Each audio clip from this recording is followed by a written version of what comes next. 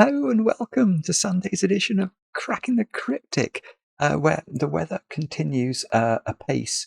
We have had no rain for about, I don't know, a month and a half or something. It's still absolutely boiling. But we're going to distract ourselves from the heat by having a look at a new puzzle called Aerodynamics. Now, this is a collaboration between a constructor called News, for whom I think this is a debut on the channel, and Sujoyku, for whom this is definitely not a debut on the channel. Sujoyku has appeared in lots and lots of episodes of Cracking the Cryptic, a wonderful constructor, but apparently this one is something very special. It's one of these that has been recommended to us a lot while I was on holiday for the last couple of weeks. I found it on Logic Masters Germany, and look, you can see all of these beautiful comments. Always look for snooker fans. Snooker fans are a great judge of a puzzle. Brilliant puzzle. The break-in was pure magic. Loads of people saying it's amazing. Amazing break-in, says Wuck. Calvin Ball, really cool. Yeah, so this is going to be fun, I'm sure. It's got 4 stars out of 5 for difficulty, though, so it might not be terribly easy, but we'll do our best with it, and we'll read the rules together in a moment or two's time. Let me think about some other things, though, that we should talk about before we kick off. Firstly, we are streaming tomorrow night. We're going back to the game Artisan of Glimeth, so we'd love to have your company for that if you're free. I'm very sorry to the person who commented. When we set up the video, people can then sort of comment in the live chat, and somebody said something like, I don't know why they're going back to this rubbish. But we are, because I actually don't think that the Artisan of Glimeth is rubbish at all. I think it's rather wonderful. It's an incredible puzzle game made by, and I think this is important, some of the great puzzle setters in the world. Artisan of Glimeth contains within it lots of handmade puzzles. And that's what this channel is all about. So I make no excuses for going back there. I think it seems appropriate. Anyway, we'd love to have your company if you're free. Now, because I've been away, I've been catching up so slowly on my emails. For those of you who don't know, we literally get thousands of emails a day. And many of those are things that we can just deal with very quickly because they don't require replies. But obviously, if we get birthday requests, I tend to keep a note of those. But anyway, I've started to go through. I've started to sort of deal with the backlog of emails. I got virtually nowhere because I wanted to share with you one of the emails that we received while I was on holiday from Abhinandan. I hope I'm saying your name correctly, Abhinandan. But it was just absolutely wonderful. So if you'll permit me to, or if you'll indulge me, I will just find it and just read some of it to you, because I thought it just totally blew me away, frankly. So Abhinandan writes, Dear Simon, there are some people who leave a lasting mark on your life without ever meeting you. To me, Cracking the Cryptic is certainly among them. I've been wanting to write this email for quite some time now, but every time I tried, I found it surprisingly difficult to pen down my gratitude towards you and this channel. After all, how do you adequately thank someone for being a constant reassuring presence during some of the most formative years of your life? I first stumbled across the channel in India. I'm from Kolkata, India, during COVID lockdowns in 2020, when you featured my friend Mad Mahogany's Manhattan Sudoku on the channel. I remember that puzzle. By the way, Madhav graduated with a PhD from Harvard in biostatistics this spring. Well done, Madhav. That's brilliant. Within an hour, I had fallen down a rabbit hole that I have never really climbed out of. What began as a curiosity about my friend's puzzle quickly turned into a genuine love for variant Sudokus, elegant constructions, and a crisp, logical reasoning. In the fall of 2021, I began my PhD in statistics at the Wharton School of the University of Pennsylvania. As anyone who's lived through a PhD knows, research has a peculiar way of lingering long after the laptop has been closed. Problems refuse to leave your mind, unsuccessful ideas replay themselves over and over, and sleep continues to elude you. There might have been many more restless nights during those years were it not for your videos. There was something uniquely calming and soporific about watching you explore a puzzle. More often than not, I would drift off somewhere between an elegant deduction and a Simonism, and recently even jolted up to wondering, what happened to Finks? But what stayed with me wasn't only the calm, but the philosophy behind it. Watching you solve puzzles became a quiet reminder that clarity almost always emerges from patience, that seemingly impossible problems often yield one small logical step at a time, and that persistence is rarely wasted. Those lessons translated remarkably well beyond Sudoku. Whenever research seemed impossibly tangled, I found myself remembering that the next deduction often reveals itself only after you've patiently eliminated everything else. Your channel became a refuge, a small corner of the internet where failed proofs, rejected ideas, looming deadlines, and academic anxieties took a temporary break, and the last hour of my day transmuted into a world of pure logic. It is hard to overstate just how valuable that was.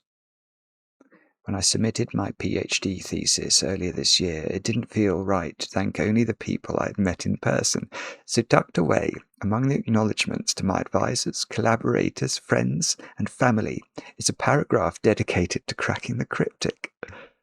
It may be one of the more unconventional acknowledgements to appear in a doctoral thesis, but every word of it was heartfelt. I've attached the thesis and included a link. I have looked at it. I didn't understand much of the thesis, by the way. It seemed very impressive mathematically. Anyway, sorry. This spring, I was fortunate to graduate with my PhD from Penn, and I have since begun a postdoctoral position at Harvard. Looking back, it feels impossible to separate that journey from the countless evenings that ended with one of your videos playing on my screen. One of the things that makes me smile most is that your enthusiasm proved contagious. I introduced my, now former, roommate to variant sudokus, and before long we were happily debating deductions and solving puzzles together. As we prepared to go our separate ways, many of our final evenings as roommates were spent side by side with a sudoku pad puzzle between us. Some of my happiest memories from that chapter of my life trace all the way back to that first Manhattan Sudoku recommendation in 2020. As I write this on the eve of my 28th birthday, it seemed like the right moment to finally send the email I've been composing in my head for years. I simply wanted to thank you and Mark for continuing this wonderful endeavour with such consistency, generosity, and joy. You have built far more than a YouTube channel. You've created a community, inspired a love of logic in people across the world, and whether you realise it or not, quietly touched countless lives. Mine is certainly one of them. Thank you for every puzzle, every beautiful deduction, every moment of wonder, every peaceful night's sleep your videos helped bring, and for making those years a little lighter than they otherwise would have been. With my warmest gratitude, Abhinandan. P.S. Also, thank you for enriching my vocabulary with words like quincunx, syzygy, alacrity, and panache, and for introducing me to phrases such as my mouth's writing checks my brain can't cash. The words come in surprisingly handy on Scrabble nights. I mean, it's just an absolutely incredible thing for somebody to take the time to write to us in that way. I know it's a bit self-serving. I do apologise for that. It offends my Britishness to read out the nice things in that and feel that they are in any way due to me.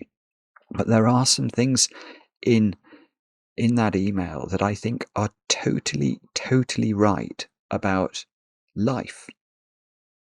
Life throws up all sorts of problems, and many of them seem completely intractable. And some of the lessons perhaps we learn by when we solve puzzles. the patience, the worrying away at things. It is very rare that you look at one of these puzzles and can instantly get to the bottom of it. But with patience, with perseverance, with experience, you can often solve them. And the same is true in life. And that was an incredibly generous email that that really moved me, actually, and was responsible for me not getting through anything like the amount of emails I was hoping to get through to catch up post my holiday. So as a result of that, I'm sorry if some of you are waiting for birthday announcements. You may be waiting for a bit longer, but thank you so much for that incredible email. It meant a lot. I hope you can tell it meant a lot to me. Now, let's do another message from a viewer, which is for Nate's 45th birthday, which was on July the 18th, and I was tickle pink about this one as well. So the way that Nate decided to celebrate, I mean, 45 is a special birthday, as many of you will know. It's a secret birthday.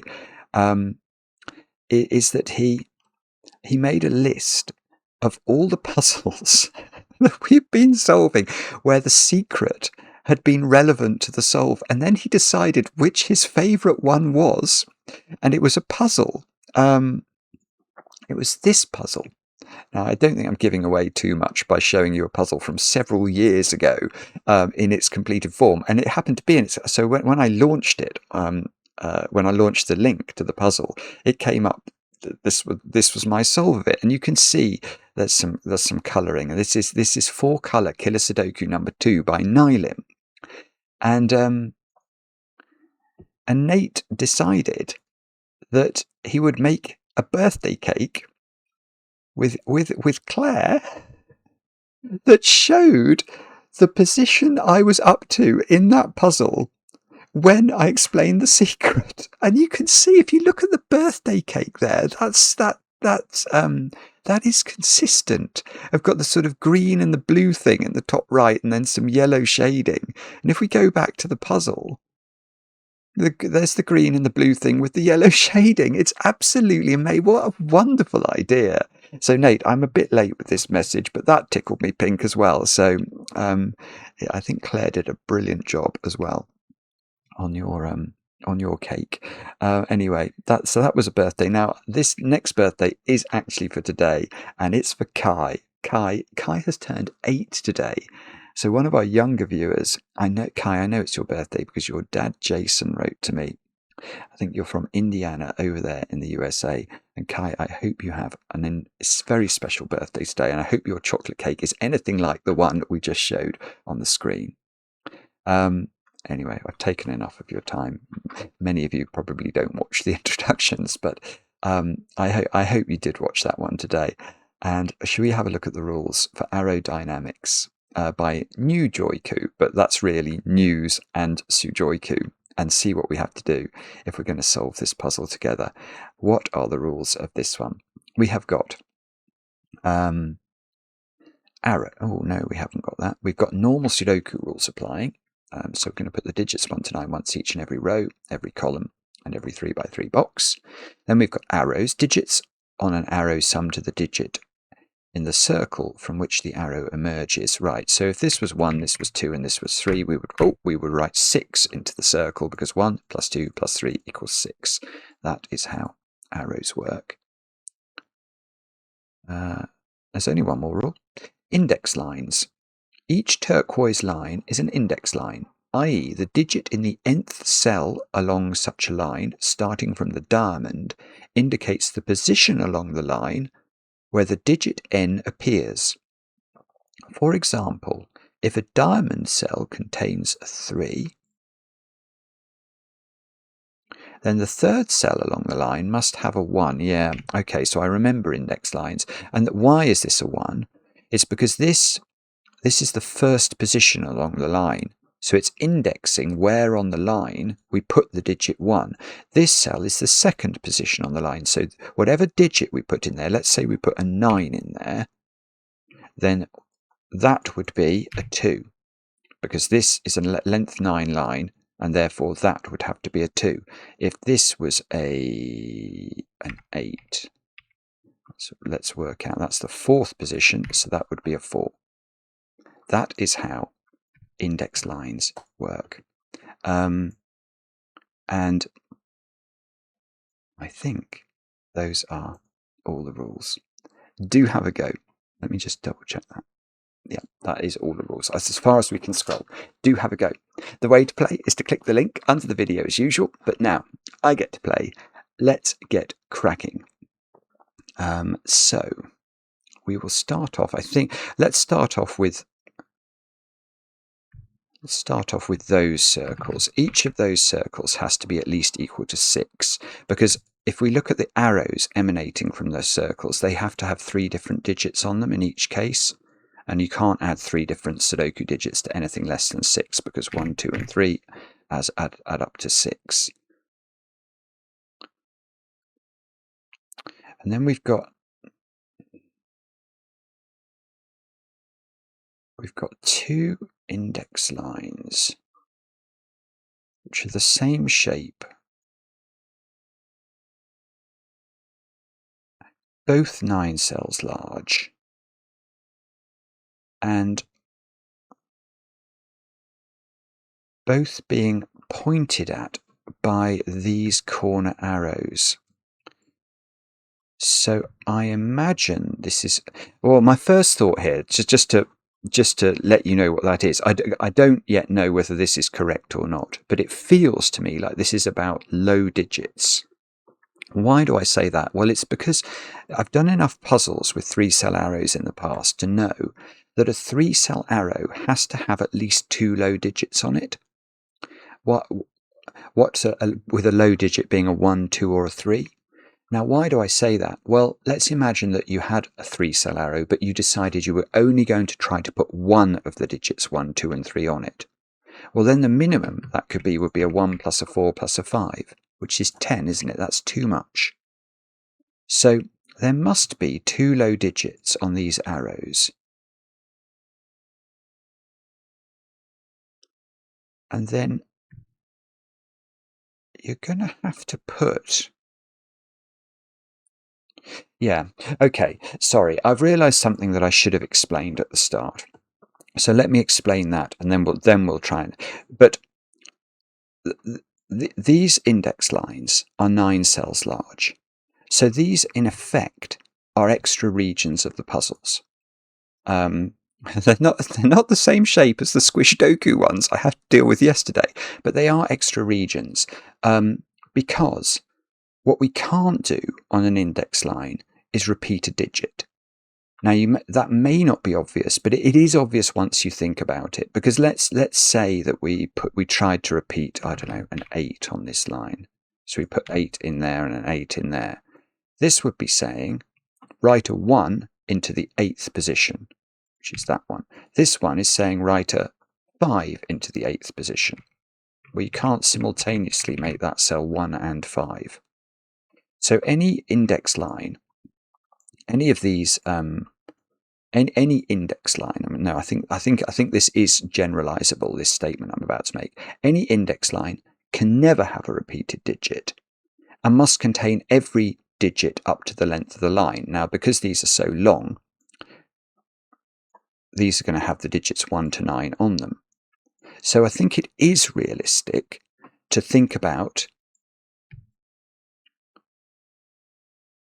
low digits on these arrows, because given that a 3-cell arrow must have at least 2 low digits on it, there must be some coincidence, mustn't there, between those 2 arrows, for example?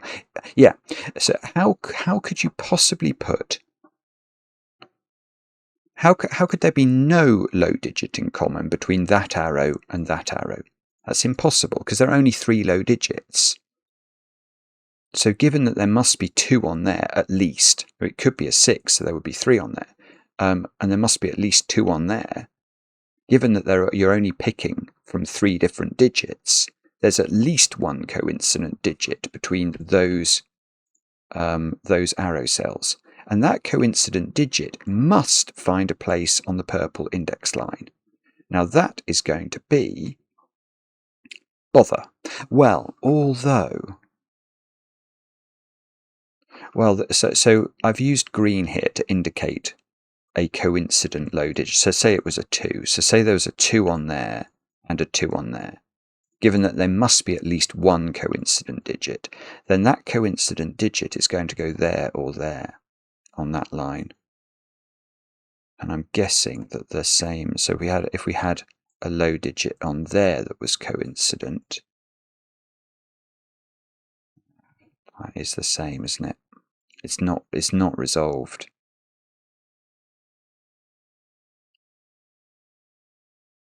I mean, okay, I don't know then. What you can't do is have 3 coincident digits. So it's not possible that that arrow and that arrow are the same, because then you couldn't put those 3 digits on that index line. Oh, I think I've done what I did yesterday. What I did yesterday is I spent about 25 minutes not understanding sudoku. And what I think I've done today is not understand exactly what the point is of this puzzle. Sorry, I just assumed it was going to be about low digits on these arrows, but now that feels...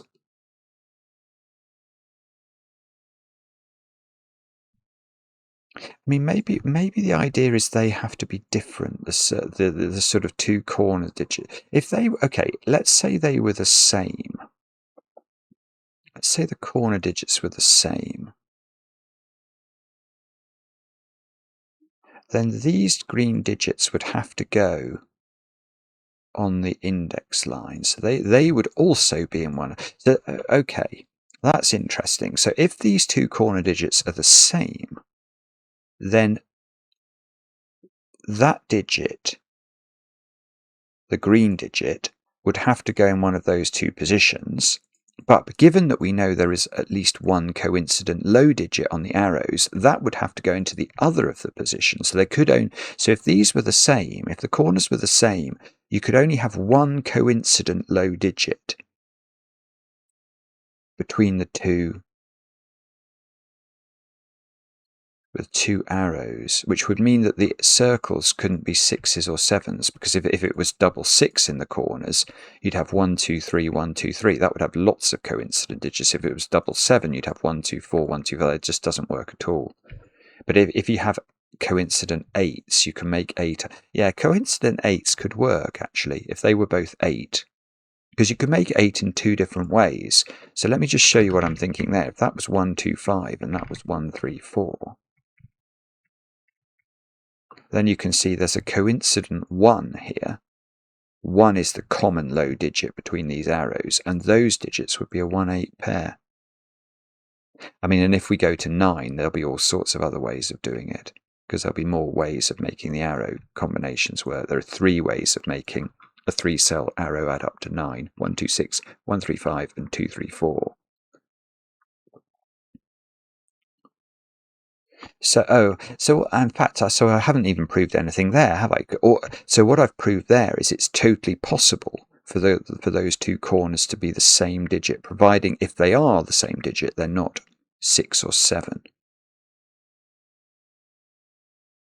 Right. Oh goodness, my watch is buzzing at me. I don't know why. Okay, so that's not it either.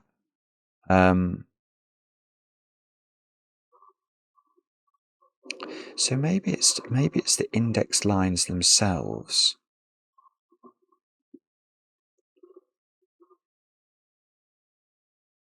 Oh, all right. Okay, let's look at this index line. Okay, hang on. I'm just going to get rid of... Right, I'm going to change that. Where is that digit on this line? That is a reasonable question. This is going to lead somewhere. Right, where is this digit on this line? And the answer is we know it must appear because all 9 digits appear on this index line. But this cell sees almost all of the cells on that line, so that digit has to be there. Now that is interesting, because hasn't that just got rid of one of my degrees of freedom? Must be the same logic there, mustn't it? But I don't know whether that's purple. Well, that digit has to appear on this line, and it's going to be there. I'm not saying that purple and green are different, by the way. I'm just saying that it's true to say that digit's the same as that digit. But surely now, if we go, let's go back to our thought about low digits.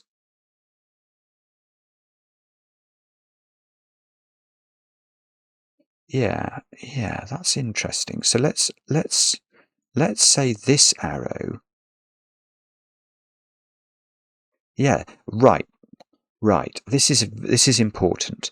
This arrow must have a low digit on it that appears on this arrow for all the reasons we explained before. Let's call that digit a yellow digit.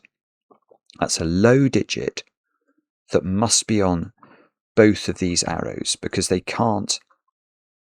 But given they both have to have at least 2 low digits on them, there can't be 0 coincidence between those arrows in terms of low digits. So I'm going to say that there is a digit that's yellow that is on both arrows.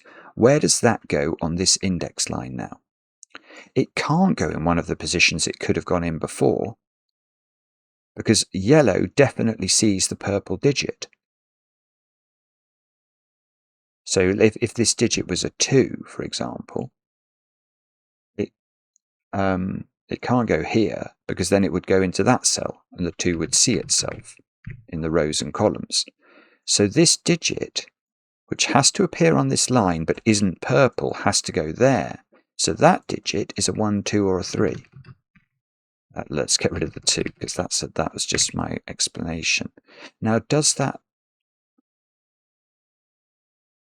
Well, yeah, we're getting into a pickle here because of my colouring, but the same principle applies there, doesn't it? There's going to be a coincident low digit, and that's going to have to go there. So this digit is also a 1, 2, or a 3, and it is... I don't know whether it can be yellow again. So that's the only reason I'm hesitating there, is whether, it could be the same low digit that's coincident and appears in both of those cells.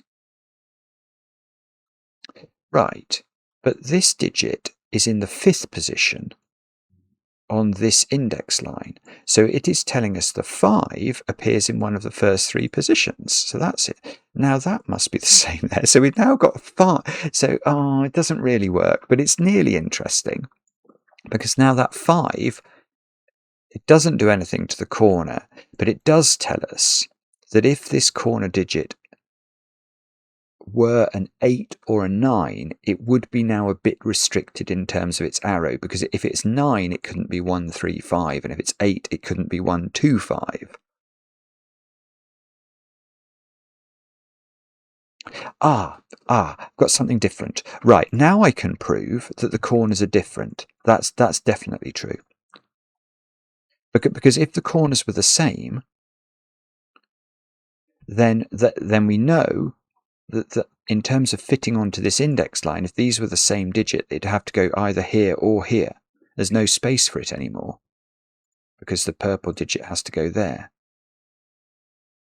So if these were the same, obviously, let's say that these were both 6. Can't go here, because then this would be, because if this was a 6, that would be a 6 as well. Can't go here because that's a 1, 2, or a 3, so there's nowhere it could go on the line. So these are definitely different. And, okay, here's a... no. Well, okay, neither is a 6 then. Neither is a 6. How do I know that? It's because, in terms of the number of coincident low digits between this arrow and this arrow, that is exactly equal to 1. There can't be 2 coincident low digits anymore. Because if there were 2 coincident low digits, where would you put them on this line? There's nowhere for them to go. So there is exactly 1 coincident low digit, and if either of these was 6, its arrow, let's just show this, its arrow would be a 1, 2, 3 triple, and given this arrow would have to have 2 low digits on it at least, 2 of 2 digits would be coincident, and they wouldn't be space for them. So neither of these is 6. They're at least 7 now.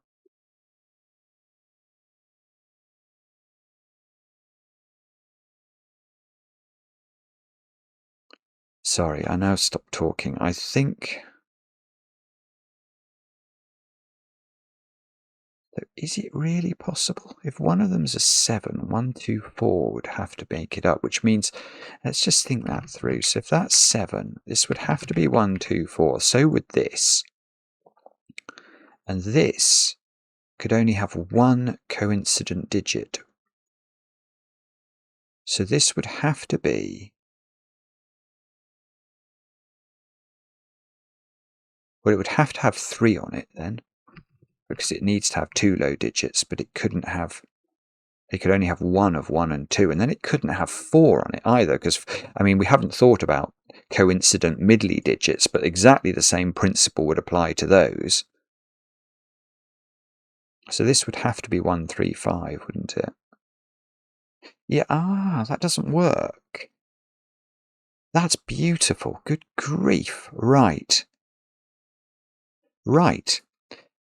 Okay, this doesn't work for this reason. If either of these corners was a 7, the arrows emanating from the corner would be 1, 2, 4 in 2 directions. So I've only put it in here, but it would go in there as well, wouldn't it? And now we need to think about how we constitute both of these arrows such that these index lines can still be filled. Now, in each case, there could only be one coincident low digit.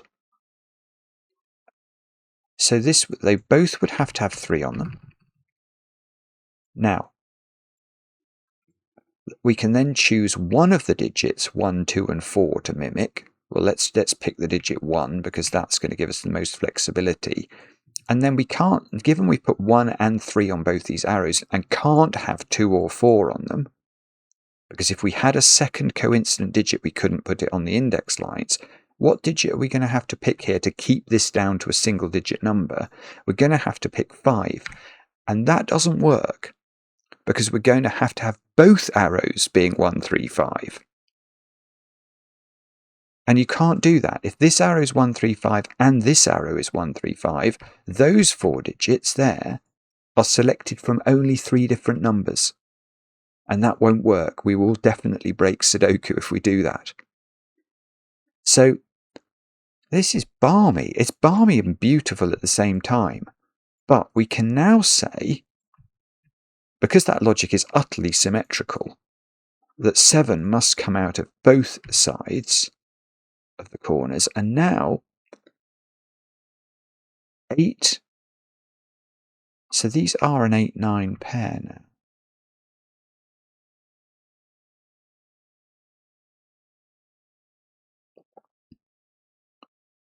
Yeah. This is right. So I've got the logic a bit backwards here in terms of if we'd done it in order, it would have made more sense. But now that can't be 8. This corner can't be 8 because if this was 8, how would we constitute both of its arrows?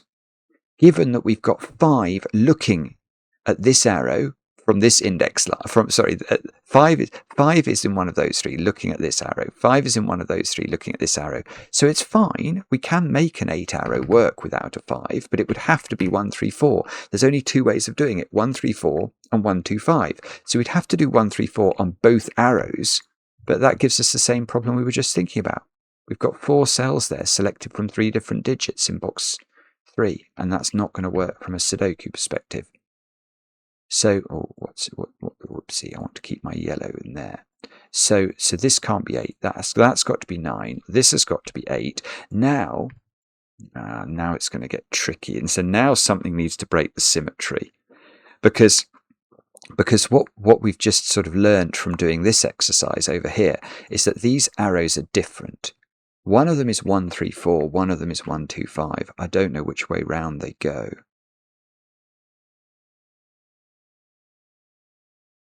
But because the puzzle, if we ignore this clue, and this clue in the puzzle, and we were to just draw a line from along the positive diagonal, the puzzle is completely symmetrical around that line, because if we were to fold the puzzle on that line, this index line would just map completely to this index line. This arrow would, this arrow maps to itself, this arrow maps to itself. In other words, there's nothing about the internal logic of the puzzle that allows us to determine why this should be 1, 3, 4 and this 1, 2, 5, for example.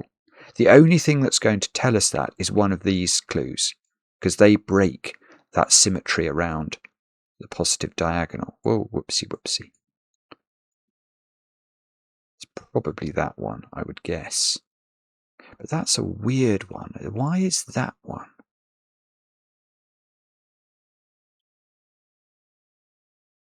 What? Sorry, I know. Stop talking again. I'm just trying to think about. That's weird. I don't understand that. Oh, I'll tell you something, though. If 5 is looking at both of the 9 arrows, right. Okay, what we might be able to do is to mesh together the... we're not going to know which way round it goes, but the 9 arrow, how do we make 3 different digits add up to 9 if you can't use 5? You're going to either be using 2, 3, 4, or you're going to be using 1, 2, 6. And these are going to be different, aren't they? And yeah, okay. So just let me show you what I can see that means. So let's say this one was 1, 2, 6. Now we know this 8 arrow, this leg of it here, is either 1, 3, 4 or 1, 2, 5. Now what we're going to have to do is make sure that we pick this leg so that it only has one low digit in common with whatever this 9 arrow has got coming down column 9. So if this was, I'm not saying it is because it might well not be, but if this was 1, 2, 6, this would have to be 1, 3, 4. And if this was 2, 3, 4, then this couldn't be 1, 3, 4, could it? Because that would have 2 coincident digits on it. So if this was 2, 3, 4, oh, actually, and also because that would be 1, 3, 4, this would have to be 1, 2, 5. Right, so what this has taught me is that the low digit that is coincident is always a 1 or a 2. Because this 1, 2, 6 may end up going there, and if it does, we know this 1, 3, 4 would go there, but the coincident digit then is a 1. The coincident digit between the 1, 2, 5 and the 2, 3, 4 is a 2. So this is tricky now, because we're going to have to try and keep this in our minds. We don't know which way round this goes, but it does mean these are not 3. It's always a 1 or a 2. It's always a 1 or a 2. It's always different. That might be important. This digit and this digit have to be different because the coincident digit was different, wasn't it? So this we'll label. Right, this is good. We can at least extend our colouring. So I'm now going to say that the coincident low digit on this is indigo, and the coincident digit on this is yellow. And these are different now. Okay, and that's putting the 5 not into position 3, because this is indexing the position 5 on the index line.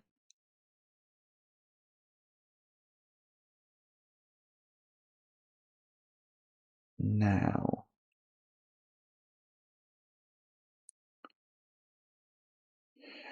okay, I don't know. I think we're probably going to have to limit these digits now. But it's obviously going to depend on... If this was 1, 2, 6, we said that this one would have to be 1, 3, 4. There would be a coincident 1.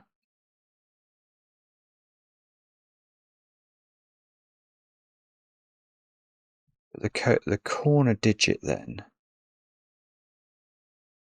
it couldn't be 1, 2, 3, 4, 5, which would be there.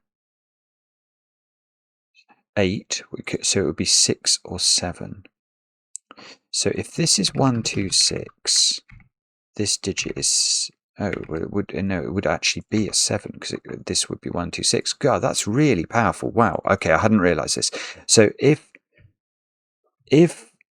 whichever branch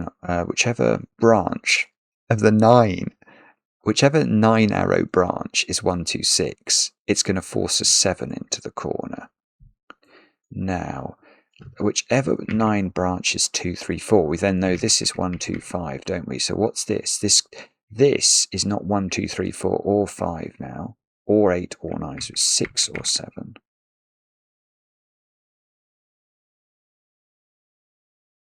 Bother. Can it really be the same digit? If both of those, could they both be 7? Because if they have to be different, then one of these is 6, one of these is 7. And school children everywhere will rejoice.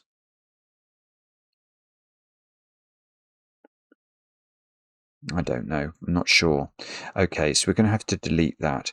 But, okay, what this has told us is that these corner digits are always 6 or 7.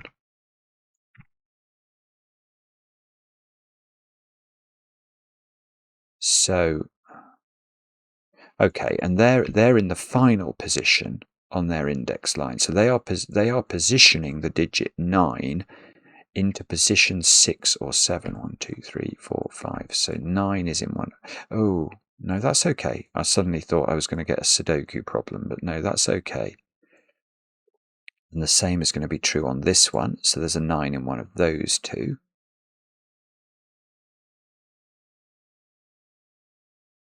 Right. Okay, so that means this digit is not a 9. Right, which means that this arrow, which is a 3-cell arrow that adds up to 6, 7, or 8, has a 1 on it, because even if it's 8, it's got to have a 1 on it.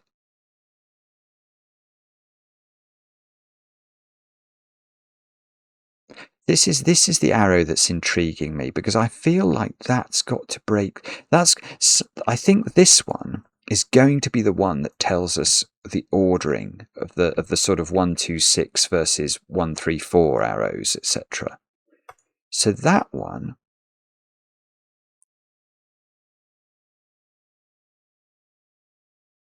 it's not the same as purple.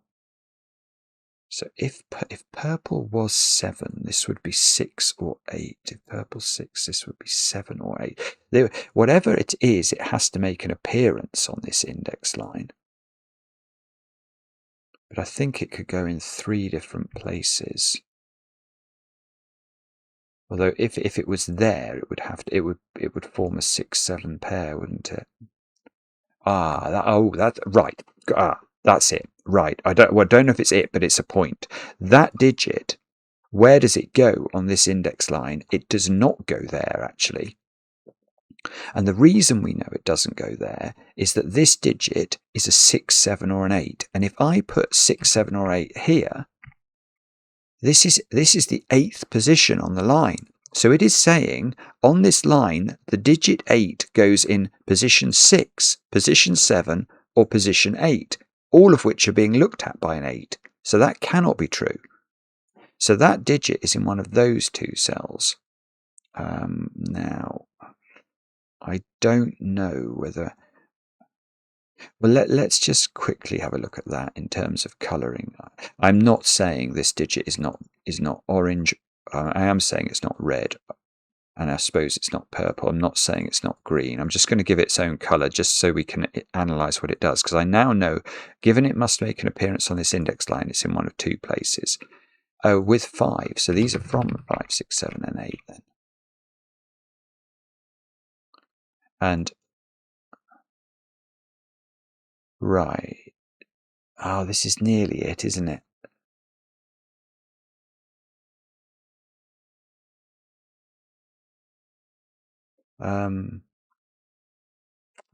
No, this is it. This is gorgeous, actually. That is gorgeous for this reason.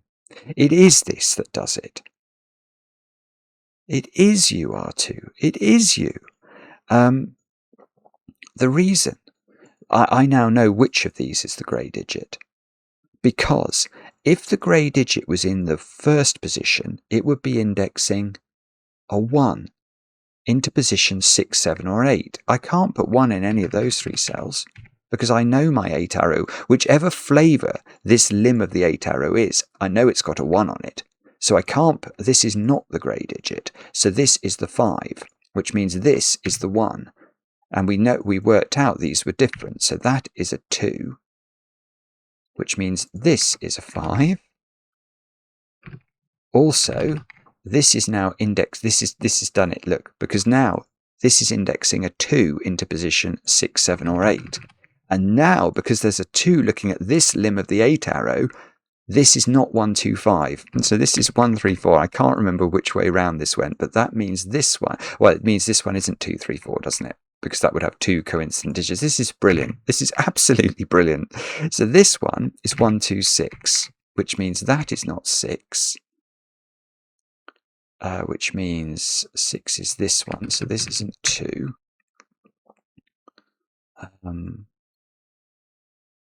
This one is now 2, 3, 4. So this one is 1, 2, 5. That isn't a 1. Now, okay, and the 6 is looking at the corner there. So the purple digit is 7. The 7 here is saying the 9 goes into position 7. So the 2 goes into this position, because it's forced to, because it couldn't go there for some reason. I can't remember. Why didn't it go there? Because that would have needed to be a 6, which it can't be. Yeah, that's right. So the 2 goes here. Now that's saying write an 8 into position 2. So that goes there. That goes there. So this, we don't know what that is. It's either 1, 3, 4 or 1, 2, 5.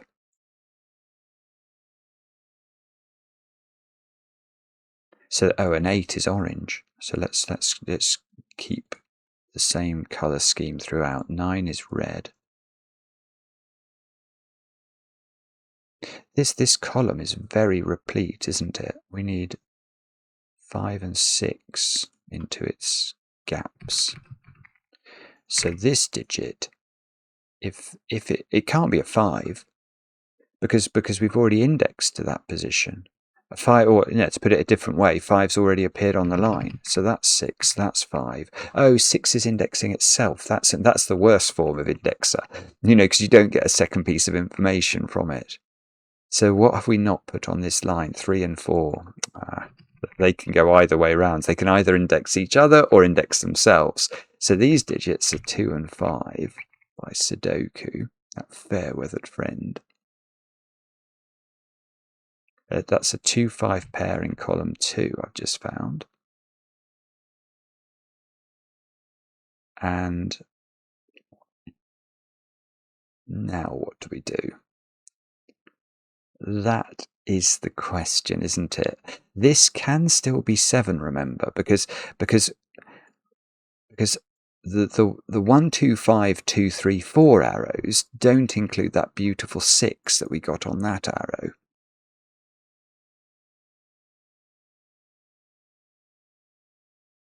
Right. Okay, so we're going to change tack slightly there. 3 and 4 are on this arrow, but 3 and 4 have to appear on this index line. Where are they going? I don't know where they go, but they definitely don't go in those cells, and they aren't equal to 6 or 7. So they go in those, but one of these cells is a 9. So these must be 3, 4, 9, with this one not being 9, which means this digit is now 6 or 7, of course. So there's a 6, 7 pair now. And but now, okay, that one being a 3 or a 4 is saying write 8 into position, 8 into one of those 2, nearly. It's nearly good. And the other one is going to be whichever one of these is 3 or 4 is saying write 6 or 7 into these. So these digits are, so this is a 6, 7, 8 triple. And what that means is that 1 in the column is indexing itself. Oh, well, this isn't a 1 anymore.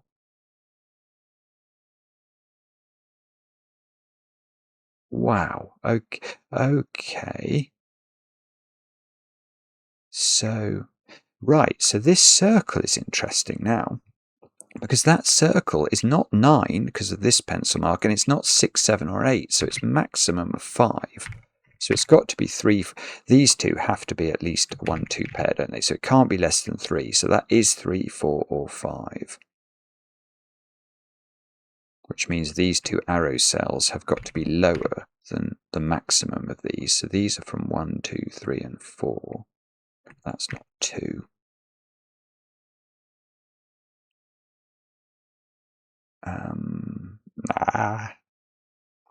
Don't know. This 2 means that's not a 2. There's a 2 here looking at this cell, so that's not a 2. So 2 on this 2, 3, 4 triple is in box 3, which means the 2 on the 1, 2, 6 triple is in that cell exactly. Which top knocks it out of there. This can't be a 3 anymore because it can't have a 2 on the arrow. If this was a 3, this would need to be a 1, 2 pair.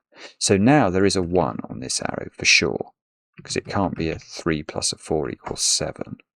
So this is not a 1. So it gets us the 1 now. Right, the 1 is now placed on the 8 arrow, on this bottom 8 arrow, which places it on the other 8 arrow, which knocks it out. This is a remarkable puzzle, actually. It's absolutely beautiful. How many 1s have we got? Loads. Loads, but not enough. Can I? Oh, I can't quite. Oh, I can. Look at the 8 arrow. The 8 arrow can't have 5 on it now. So it's not 1, 2, 5. It's got to be 1, 3, 4. Now I've got, oh, this is gorgeous. Look at this. Now I've got a 3, 4 pair in column 6. So that's a 1. Let's double click our 1s again. Where's 1 in box 9? I know it's there by Sudoku. That gets me my 1, my 6 in box 3.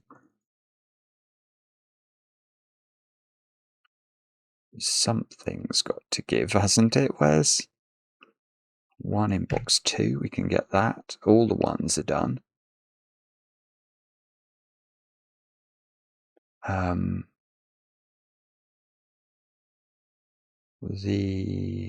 This arrow is bigger because neither of its cells can be 1 or 2, so it's at least double 3, which it could be double 3. There's nothing prevent. Well, there might. No, it can't be double 3. That would kill off this arrow. So this digit is at least a 7.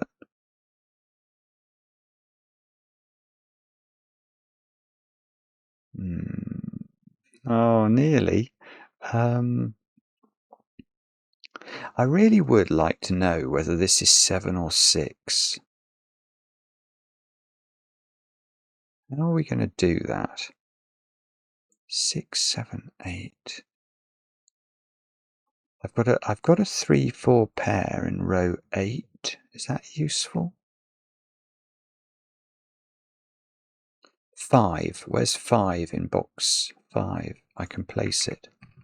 That's Sudoku again. Where is... I don't know what to do. I've got a 6, 7 pair here. 1, 2, 3. This column, all the low digits are done. 1, 2, 3, 4 pair, and 5. So everything else is high. 6, 7, 8, or 9. This can't be 8 or 9. So now, okay, now I've got a 6, 7 pair in this column. So those two digits are both high. These are 8s and 9s. That's an 8, so I can do that. That's 9, that's 8. This arrow is now 7 or 9. 9 is a red digit. 8 is an orange digit. So 8's now placed in box 4. We can't put 8 on the arrow here because this would have to be a 1. So we get the 8 in box 6 as a result. Get the 8 in box 3 as a result. So 8s have been very kind to us. And we just, oh yeah, the 8s are good. These are 8. Let's keep going with 8s. Where's 8 in box 8? There is the answer. And that's going to get us our 8 in box thingy. But the important thing about this, surely, is it's going to index something. Indexing a 4 into position 8. So that's a 4 now. Right, so that's 4, that's 3, that's 4, that's 3. And now this adds up to 4, so it is right. So this, and this is, okay, well that's still good. It's still done something for us. This 4, is that good?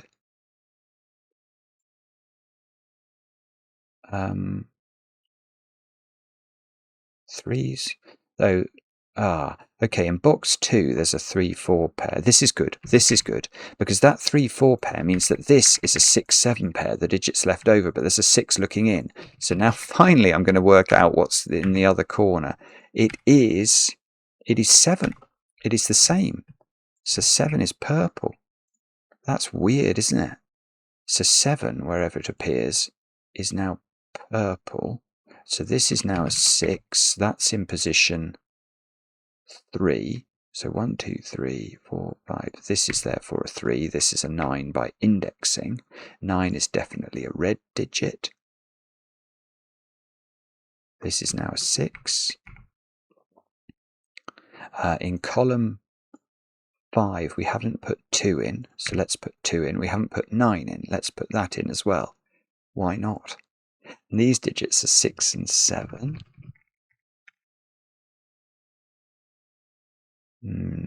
Okay, so column 4, we need 2, 5, and 9, don't we? So 2, 5, 9. This isn't 2.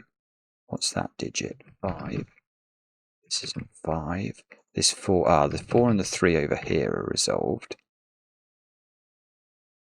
So in row 8, we just need 5s, 6s, and 9s. It might not be resolved yet. And in row 7, we need 2, 7, and 9. Really? Oh, okay, there's a 2, 5 pair, though, in column 2. So that's not 2, and that's not 5. We must be able to do, where's 4 in column 2? It's only got one place it can go. 4, 3. 3 goes there now. These digits are known. I don't know what they are, but they're known. They're 4, 6, 9. Yeah, that's going to be good. 4, 6, 9 there means this digit's become a 5 out of nowhere. So that's a 9, that's a 2, that's a 5, that's a 2. This is a 7, 9 pair, so this is a 6. That's a 5, that's a 2. This is a 7, this is a 9. And that feels like progress. Now in this row, what do we need? 3, 4, 6. This is a 4 or a 6. Can't be 3. So 3 in this row is now here on the arrow. This becomes a 2, 4 pair, which is resolved by sudoku. So that becomes a 4, 3 pair. We've not put 5 in that row. 7. Can we really put 7 on the arrow? 7 or 3? It's a 3, 7 pair. Oh, we do know the order. It's 3 there, 7 there. Oh, bobbins. 4 and 6 both work. So we still have a little bit of work to do.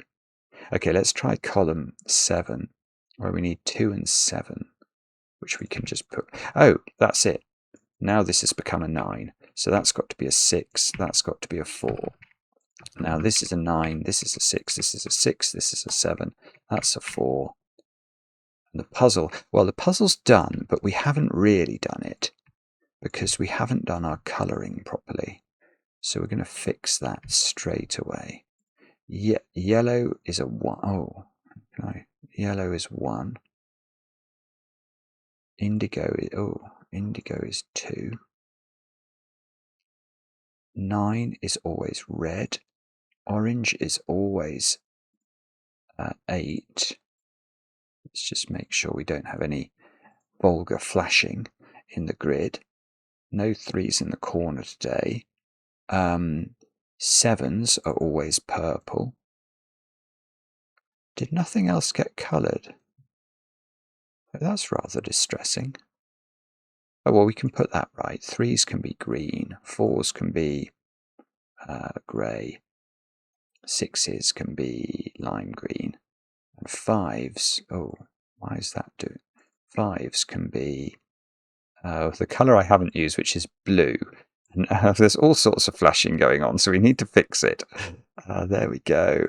There we go. All of those need to have their flashes removed. And that is an exceptionally beautiful puzzle. Really is actually exceptionally beautiful, and it's correct, which is, I mean, it felt correct, didn't it? And I loved it. My favourite bit of the whole puzzle was this working. I had an inkling quite early on that I needed this to help me disambiguate the ordering of the 8s and 9s, but the way that worked, in the sense that it had to be on this index line and then couldn't be there and had to be there and then even had to be there, which was going to put a 2 in one of those, that was absolutely breathtaking, breathtakingly clever. So News and Sujoyku have done something really rather lovely there. And thank you very much for watching. If you still are, do join us again tomorrow. Do drop a comment in. Please like, subscribe, all that business. But drop a comment on the video and let us know what you thought of the puzzle. We enjoy the comments, especially when they're kind. And we'll be back later with another edition of Cracking the Cryptic.